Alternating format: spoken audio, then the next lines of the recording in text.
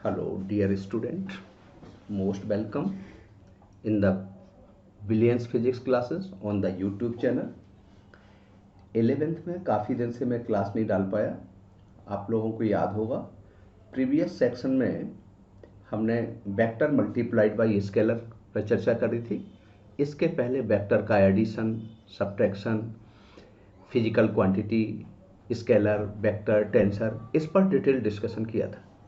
आज की क्लास में scalar product and cross product पे चर्चा करेंगे। Scalar product co dot product भी कहते हैं, तो स्केलर प्रोडक्ट पे चर्चा करेंगे। स्केलर प्रोडक्ट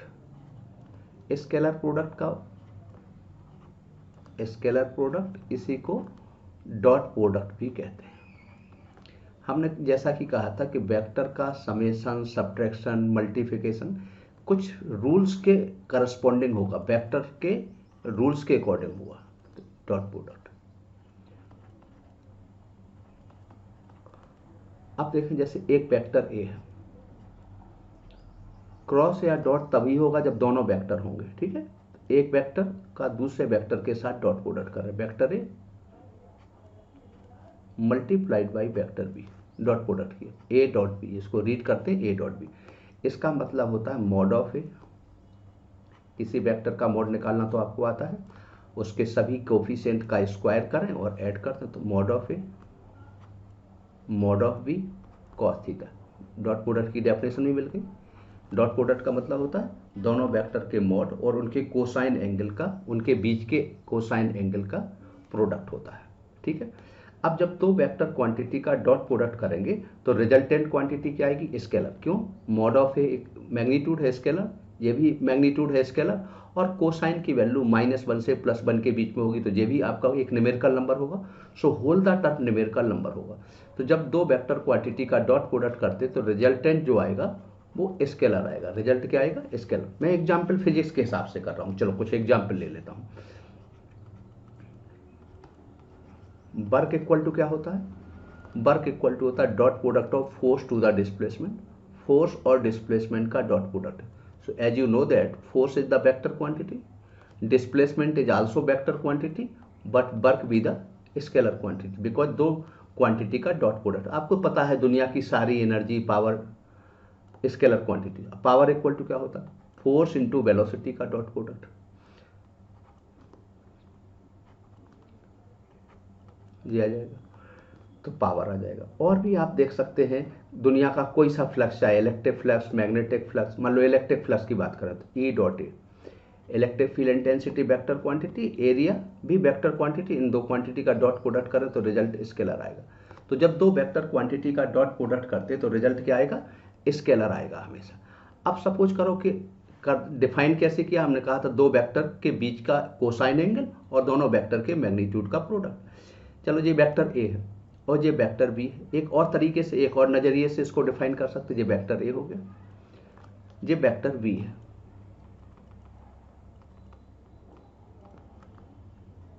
वेक्टर का साइन लगा दिया, ये वेक्टर बी है, ये वेक्टर ए है। इन दोनों वेक्टर का एंगल है कितना? से थीटा। दोनों वेक्टर के बीच का एंगल ले लिया थीटा। तो डॉट प्रोडक्ट का मतलब होता है फर्स्ट वेक्टर सेकंड वेक्टर का फर्स्ट वेक्टर के लॉन्ग कंपोनेंट, या सेकंड वेक्टर के लॉन्ग फर्स्ट वेक्टर का कंपोनेंट। जैसे बी का इस डायरेक्शन में कंपोनेंट देखोगे तो क्या आ जाएगा? B cos theta.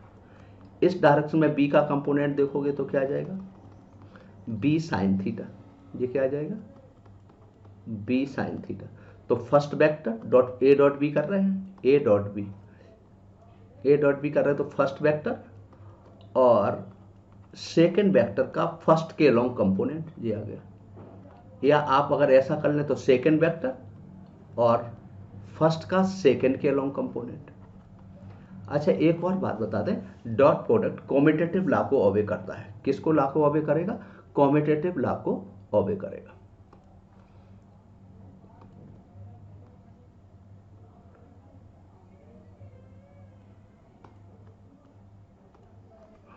जैसे आपने लिखा A dot B, A dot B equal to कितना होगा? बी डॉट ए, एक कॉम्यूटेटिव लॉ को ओबे करेगा।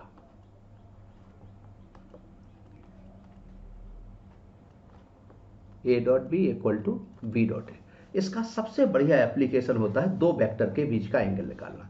जैसे अगर हम दो वेक्टर के बीच का एंगल बिटवीन टू वेक्टर, मुझे लगता है कि अगर दो वेक्टर क्वांटिटी है और उनके बीच में कभी भी एंगल निकालना है तो इससे अच्छा कोई तरीका नहीं हो सकता। Angle between two vectors, dot product से अच्छा कोई मेथड नहीं हो सकता। कैसे? आपने अभी अभी देखा cos थीटा इक्वल टू कितना आ जाएगा, A dot B, A dot B over mod of A, mod of A, mod of B. या ऐसा कह सकते हैं unit vector of A dot product of unit vector of B, ऐसा भी कह सकते हैं। ये दो वेक्टर के बीच का एंगल निकालने का सबसे अच्छा तरीका है। अब इसमें अगर बात आएगी तो तीन केस हो सकते हैं।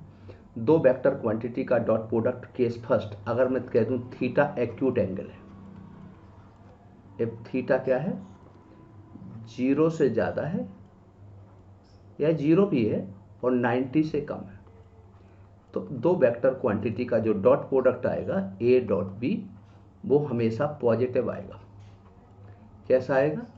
दो वेक्टर क्वांटिटी का डॉट प्रोडक्ट एक्यूट एंगल के लिए पॉजिटिव आएगा। केस सेकंड करते हैं, सेकंड केस कर रहे हैं।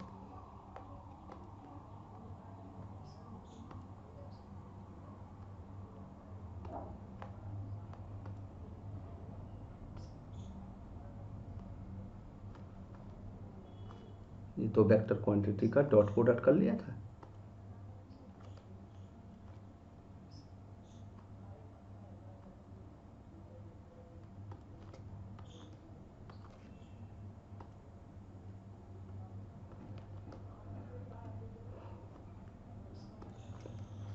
जी हाँ।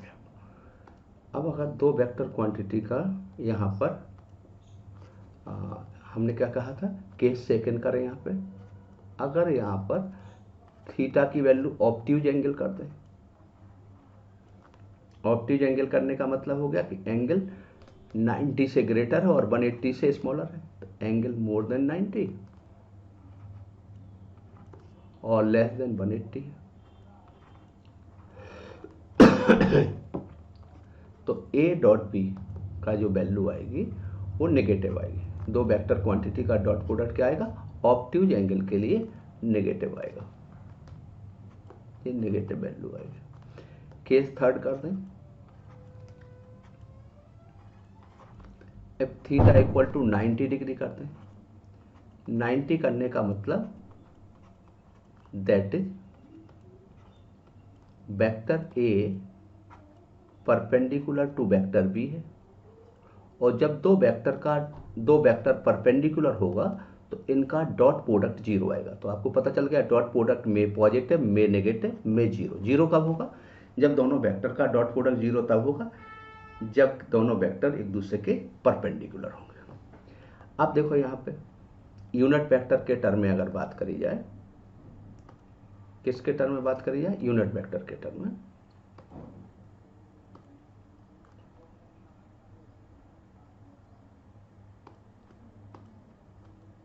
ये यूनिट वेक्टर के टर्म में बात कर रहा है। तो अब क्या आ जाएगा आपका, पहले तो X Y Z axes decide कर लें। ये कौन सा एक्सेस है,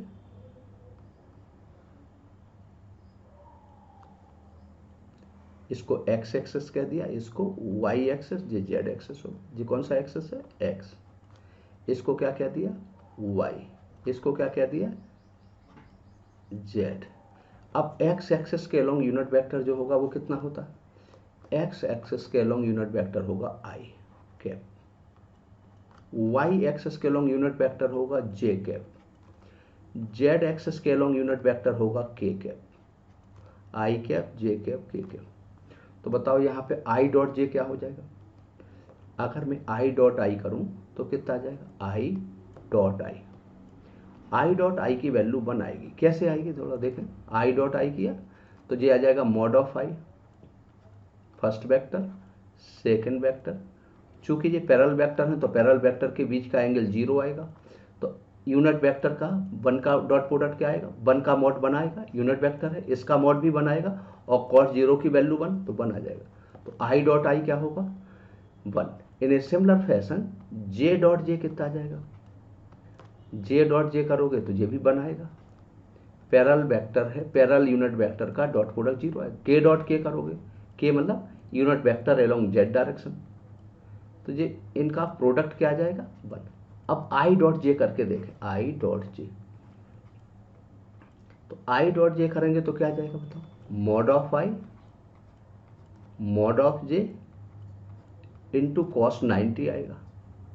ए और बी के बीच का एंगल, आई और जे के बीच का एंगल देखो 90 डिग्री है, तो ये तो वन आएगा, ये क्या आएगा वन, ये भी क्या आएगा वन। कॉस जीरो की वैल्यू जीरो, तो होल द मल्टीप्लिकेशन, इसका मतलब दो वेक्टर परपेंडिकुलर है तो डॉट प्रोडक्ट क्या आएगा, तो आई डॉट जे जीरो होगा, आई डॉट के भी क्या होगा, जीरो होगा बिकॉज परपेंडिकुलर है।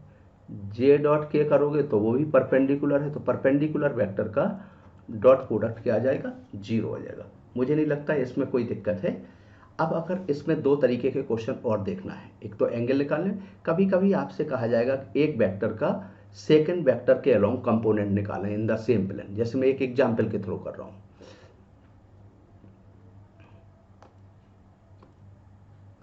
फर्स्ट वेक्टर का सेकंड वेक्टर के अलोंग कंपोनेंट कर रहा हूं।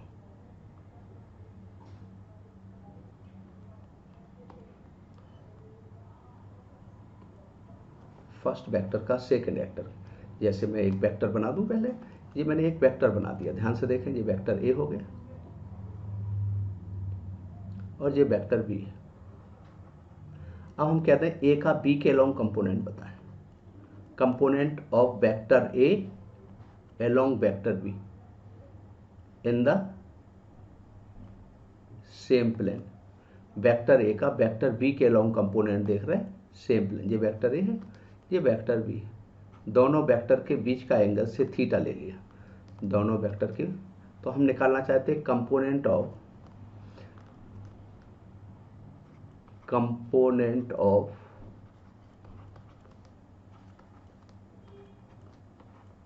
Vector A along component of vector A along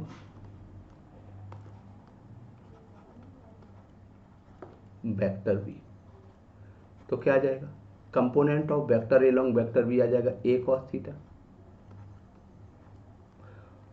और अगर वेक्टर के टर्म में लिखोगे तो component of vector A along vector B, और इसके along करोगे तो यूनिट वेक्टर से मल्टीप्लाइड कर दोगे, सो ये component of vector A along vector B. यहां क्या लिखोगे, A cos theta, unit vector की डेफिनेशन से वेक्टर बी का मतलब क्या हो गया, वेक्टर डिवाइडेड बाय इस मैग्नीट्यूड, ये डेफिनेशन होती है। डॉट प्रोडक्ट की डेफिनेशन से ए कॉस थीटा को क्या लिख सकते हैं, आपने देखा था A dot B equal to क्या पढ़ा है यहाँ पे, A dot B equal to क्या है, A dot B equal to है A B cos theta, A B cos theta. तो ए कॉस थीटा को क्या लिख सकते हैं, यहां से अगर वैल्यू पुट करें तो ए कॉस थीटा को लिख सकते A dot B by B, तो क्या आ जाएगा, A dot B by B आ जाएगा। देखो यहाँ ए कॉस थीटा की वैल्यू रख दी, तो ए कॉस थीटा की वैल्यू कितनी आ जाएगी यहाँ पे, ए कॉस थीटा की A dot B by B, तो ये बी का स्क्वायर आ गया इनटू बी आ गया, तो ये component of vector A along vector B आ जाएगा। उल्टा कर दो, component of vector B along vector A, तो बी को ए से रिप्लेस कर दे। एक न्यूमेरिकल के द्वारा इस पे बात कर रहे हैं, ज़्यादा बढ़िया रहेगा, एक न्यूमेरिकल ले लो इस पे और एक न्यूमेरिकल के थ्रू बात करो।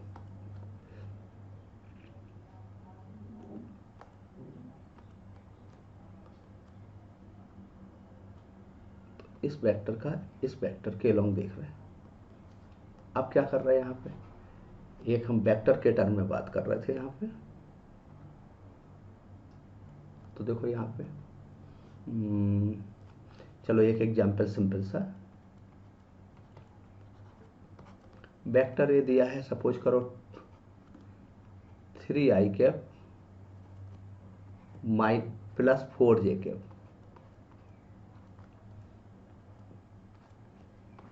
और वेक्टर बी दिया है, कुछ भी वैल्यू रख दो, i+2j, i+j, i+k, i+j कर दे रहा हूँ, ठीक है, ये वेक्टर बी है।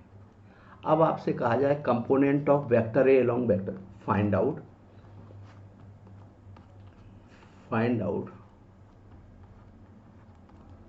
Component of vector component of vector A along vector B. तो अभी अभी हमने फॉर्मूला लिखा, क्या फॉर्मूला लिखा था? Component of vector A along vector B का फॉर्मूला लिखा था A dot B by B square. और अगर component of B along vector A करते तो ए को बी से रिप्लेस कर देते, तो यहाँ बी ए स्क्वायर आ जाता। अब ए और बी का डॉट प्रोडक्ट करेंगे तो जे 7 आ गया, आई का आई के साथ, जे का जे के साथ। देखो आई का आई के साथ होगा तो 3 आएगा, जे का जे के साथ होगा i+j। इसका मॉड लोगे तो कितना आ जाएगा? i+j का 2, इसका मॉड 1 का स्क्वायर, उनका √2 का स्क्वायर करोगे तो 2 आ जाएगा। तो ये आ गया आपका आंसर।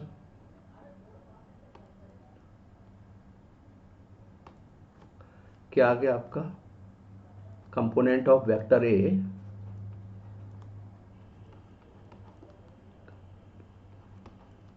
और vector A along vector B कितना आ गया आपका? 7/2 i cap plus J cap. अगर सिर्फ मैग्नीट्यूड की बात करोगे तो 7/√2 आ जाएगा, ये आ जाएगा। तो ये component of vector A along vector B आ गया, ठीक है। इसी तरीके से और भी क्वेश्चंस बन सकते हैं। एक सिंपल सा क्वेश्चन हमने पावर पे दिया है, और यहाँ पर जब हमने पावर पे क्वेश्चन दिया था तो आप ध्यान से देखो कि हमने दिया है पार्टिकल मूव्स विद वेलोसिटी, कुछ भी यहाँ लिख सकते हैं, 6 जरूरी नहीं है, जो भी आपकी मर्जी हो, दिस मच, और इसको चाहे तो मीटर पर सेकंड, और फोर्स इतना न्यूटन ले लिया। अगर हम मीटर न्यूटन में ले लेंगे तो आंसर वाट में लिखा जा सकता है, ठीक है। तो अब पावर डिलीवर्ड निकालना है हमें, इसमें क्या निकालना है? Power delivered. तो पावर डिलीवर्ड निकालेंगे तो पावर का मतलब होता है, जैसा कि आपको बता चुके, power equal to dot product of force to the velocity. Force और वेलोसिटी का डॉट प्रोडक्ट ही पावर कहलाएगा। अब देखो यहाँ पे फोर्स और वेलोसिटी का डॉट प्रोडक्ट कर रहे हैं, तो यहाँ पे फोर्स की वैल्यू कितनी दी थी? फिर से हम पीछे वाले पेज पे देखें तो फोर्स की वैल्यू बताएं कितना है? 20i cap plus 15j cap minus 5k cap, ये फोर्स की वैल्यू दी थी। डॉट प्रोडक्ट ऑफ किया यहाँ पे तो कितना है आपका? 6i cap 4j cap and 3k cap. अब डॉट प्रोडक्ट किया, आई का आई के साथ करोगे तो 120 आ जाएगा, जे का जे के साथ करोगे तो 60 आ जाएगा, के का के साथ करोगे तो -15 आएगा। सॉल्व किया तो 120 माइनस 75, सब्ट्रैक्ट किया तो 5 तो ये आ जाएगा, 8 45 वाट आंसर आएगा। कितना आ जाएगा? वाट में भी तब कह पाओगे जब फोर्स को न्यूटन वगैरह में दिखा गया है, ठीक है। तो इस तरीके से हम निकाल लेंगे। अब जैसे अभी क्वेश्चन दिया और आपसे पूछा जाए कितने टाइम बाद वेलोसिटी वेक्टर को अगर मैं कह दूं किसके परपेंडिकुलर है,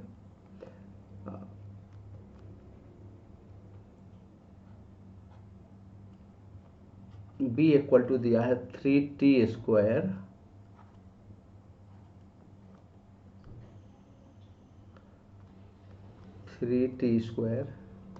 या कोई भी वैल्यू रख दो 3t², कोई क्वाड्रेटिक बन जाएगा, क्वाड्रेटिक बनना चाहिए, ध्यान रखना। 3t²i कैप नहीं बनेगा तो आप समझ जाना कि हमने कुछ वैल्यू सही अरेंज नहीं कर पाए। 6t⁻j cap plus 2k cap,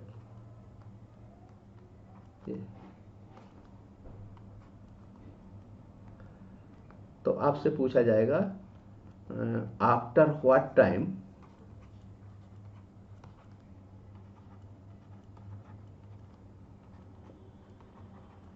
velocity vector perpendicular to the acceleration vector. ठीक है, अब आपसे वेलोसिटी तो आपके सामने रखी है, एक्सीलरेशन और निकालना और फिर इनका डॉट प्रोडक्ट करें। तो बताओ वेलोसिटी कितनी है आपको? वेलोसिटी तो एक्सीलरेशन निकालोगे तो d v by d t करोगे, d v by d t करोगे तो यहाँ पे कितना आ जाएगा 6 t i cap minus 6 j cap, यहाँ पे टाइम का कोई टर्म नहीं है तो ये 0 हो जाएगा। अब जो कि ये परपेंडिकुलर है तो इन दोनों का डॉट प्रोडक्ट क्या कर दें 0 के बराबर कर दें। तो आई का आई के साथ डॉट प्रोडक्ट करोगे तो कितना आ जाएगा 18 टी क्यू, इसका इसके साथ करोगे तो माइनस के 36 टी, के का तो कोई है ही नहीं तो ये 0 के बराबर करती है। तो क्या आ गया बताओ,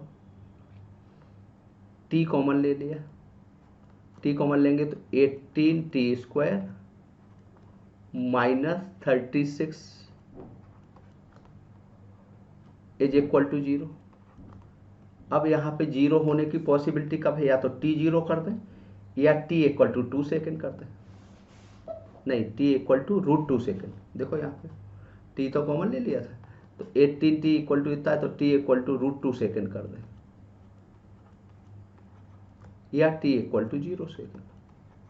तो कब परपेंडिकुलर होगा √2 सेकेंड पे ये दोनों वेक्टर परपेंडिकुलर हो जाएंगे। इस तरीके से डॉट।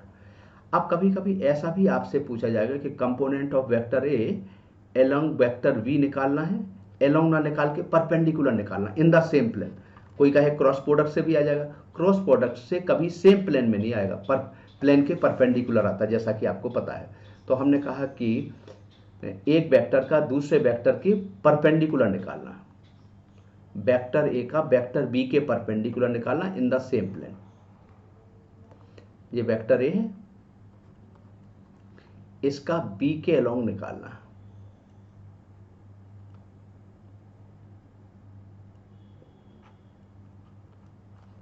बी के परपेंडिकुलर निकालना। चलो इसको ओरिजिन कहते हैं, तो इस पे हमने परपेंडिकुलर डाल दिया, इसको क्या लिख दिया एम और इसको क्या लिख दिया एन, ये एंगल है थीटा। तो हम यहां निकाल रहे component of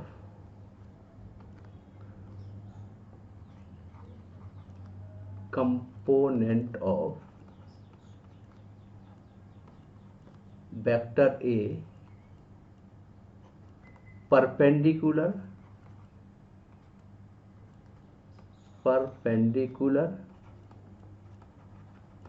to vector B in the same plane. ध्यान रखना सबसे इंपॉर्टेंट है इन द सेम प्लेन पे ध्यान रखना।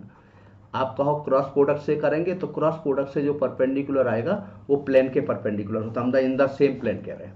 अब देखो यहाँ पे ये बताओ कि हम यहाँ निकाल रहे हैं कंपोनेंट ऑफ वेक्टर बी, ऐसा कर लें वेक्टर बी का निकाल रहे हैं ए के perpendicular.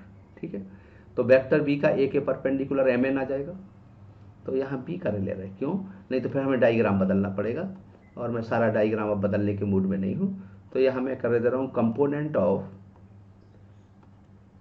B perpendicular to A in the same plane diagram से, ये ओरिजिन है। अब बताओ ए के परपेंडिकुलर क्या है, ए के परपेंडिकुलर है एम एन, एन एम जो है वो ए के परपेंडिकुलर। हमेशा पोजीशन वेक्टर का मतलब ओरिजिन के रिस्पेक्ट में, तो O M minus O N आएगा, O M minus O N. अब ओ एम के along unit vector, O M के अलोंग वेक्टर क्या है बी है, और ओ एन का इसका एन के अलोंग कितना आ जाएगा बी का, इस डायरेक्शन में क्या आ जाएगा वी कॉस थीटा, और चूंकि इस डायरेक्शन में निकाल रहे तो यूनिट वेक्टर ऑफ ए से मल्टीप्लाइड कर दिया, तो ये बी आ गया। इसको क्या लिख सकते हैं बताओ, बी कॉस थीटा को क्या लिख सकते हैं, ए बी कॉस थीटा की डेफिनेशन से, ए डॉट बी से क्या लिख सकते थे, ए डॉट बी की डेफिनेशन से ए बी कॉस थीटा, तो बी कॉस थीटा की जगह क्या लिख सकते बताओ, A dot B cos theta divided by A dot B divided by A का स्क्वायर आ जाएगा इंटू ए आ गया, आ गया। अब आप कह सकते हैं ये कैसे माने कि ये करेक्ट है, तो मैं उसी एग्जाम्पल को ले रहा हूँ, कोई अलग से एग्जाम्पल नहीं सर्च कर रहा हूँ, उसी एग्जाम्पल को ले रहा हूँ। या आप अलग से कोई वैल्यू रखना चाहते हैं तो अलग से वैल्यू रख लें, जैसा कि आपकी मर्जी हो।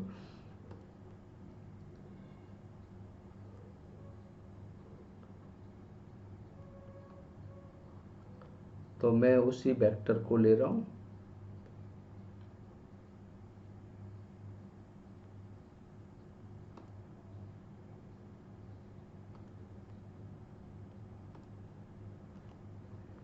इसके बाद स्लाइड दिख नहीं रही है, चलिए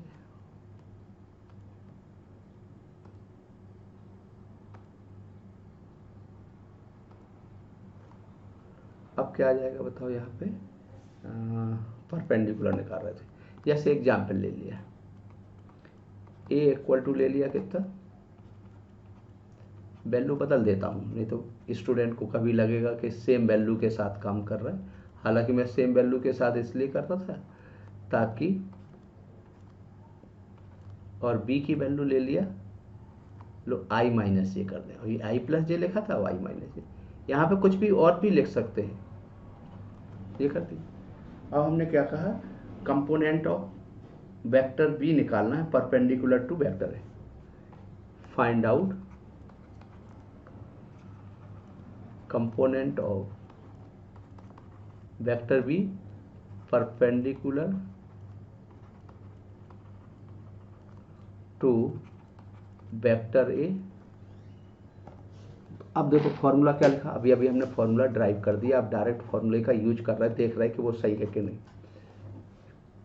वेक्टर ए के लॉन्ग, चलो इसको थोड़ा सा बंद करके देखें कि क्या लिखा था, बी माइनस, यहाँ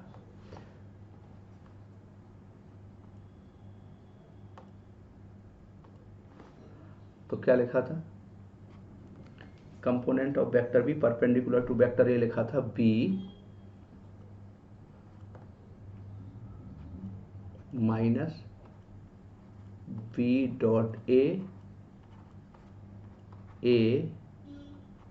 बाय ए स्क्वायर। अगर सही होगा तो ए के साथ डॉट प्रोडक्ट जीरो होगा, नहीं तो नहीं होगा। तो बी कितना है, आई प्लस जे, मैं बोल रहा था आई माइनस जे, लिख दिया मैंने आई प्लस जे, लेकिन जिस जो लिखा उसके करस्पॉन्डिंग सॉल्व कर रहा हूँ। बी डॉट ए करोगे तो ये 5 आ जाएगा,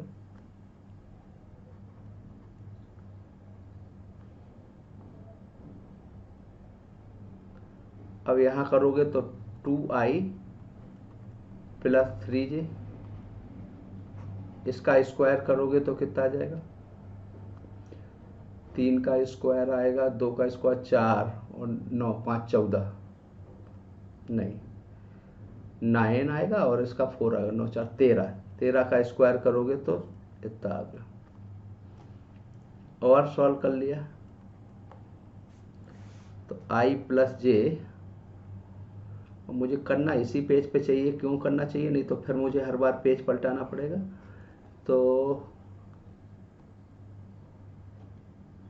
आई प्लस जे यहाँ आ गया 10 आई कैप बाय 13, और यहाँ आ गया 15 जे कैप बाई 13। इसका इसके साथ करोगे तो इसको क्या लिखोगे, 13 i cap by 13 j cap, so 3 i by 13 आ जाएगा। इसका करोगे तो 13 13 तो 2 जे कैप बाई 13 आ गया। अब ये है ए के परपेंडिकुलर के नहीं, वो चेक कर रहे हैं, तो उसको चेक करने का तरीका क्या हो,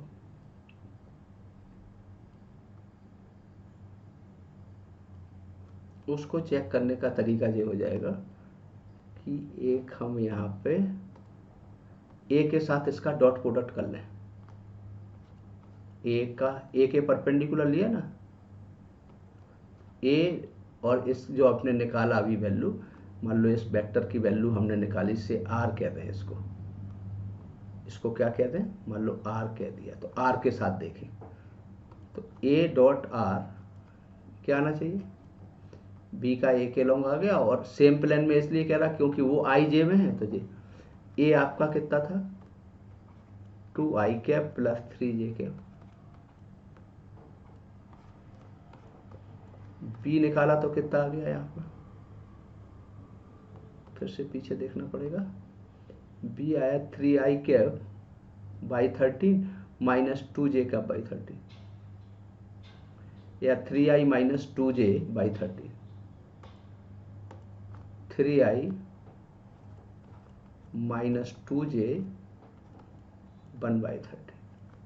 डॉट प्रोडक्ट करके देख रहे, तो इसका इसके साथ डॉट प्रोडक्ट करोगे तो कितना आएगा, आई का आई के साथ 6/13, इसका इसके साथ करोगे तो क्या आएगा 6/13, ये डॉट प्रोडक्ट जीरो आ गया। डॉट प्रोडक्ट जीरो आने का मतलब ये जो आपका आया, ये component of vector B perpendicular to vector A in the same plane आया। सेम प्लेन क्यों, क्योंकि ये एक्स वाई प्लेन में, ये भी एक्स वाई प्लेन में। तो बस इतनी ही क्लास आज रखते हैं, और सिर्फ आपने डॉट प्रोडक्ट और उसका एप्लीकेशन देखा, और नेक्स्ट क्लास में इसके आगे बढ़ेंगे, क्रॉस प्रोडक्ट पे नेक्स्ट क्लास में बात करेंगे। So thank you very much, take care, और इस चैनल को अपना सहयोग प्रदान करें बेटा, सब्सक्राइब करें, शेयर करें, अपने कमेंट्स जरूर लिखें कि आप क्या चाहते हैं, ठीक है।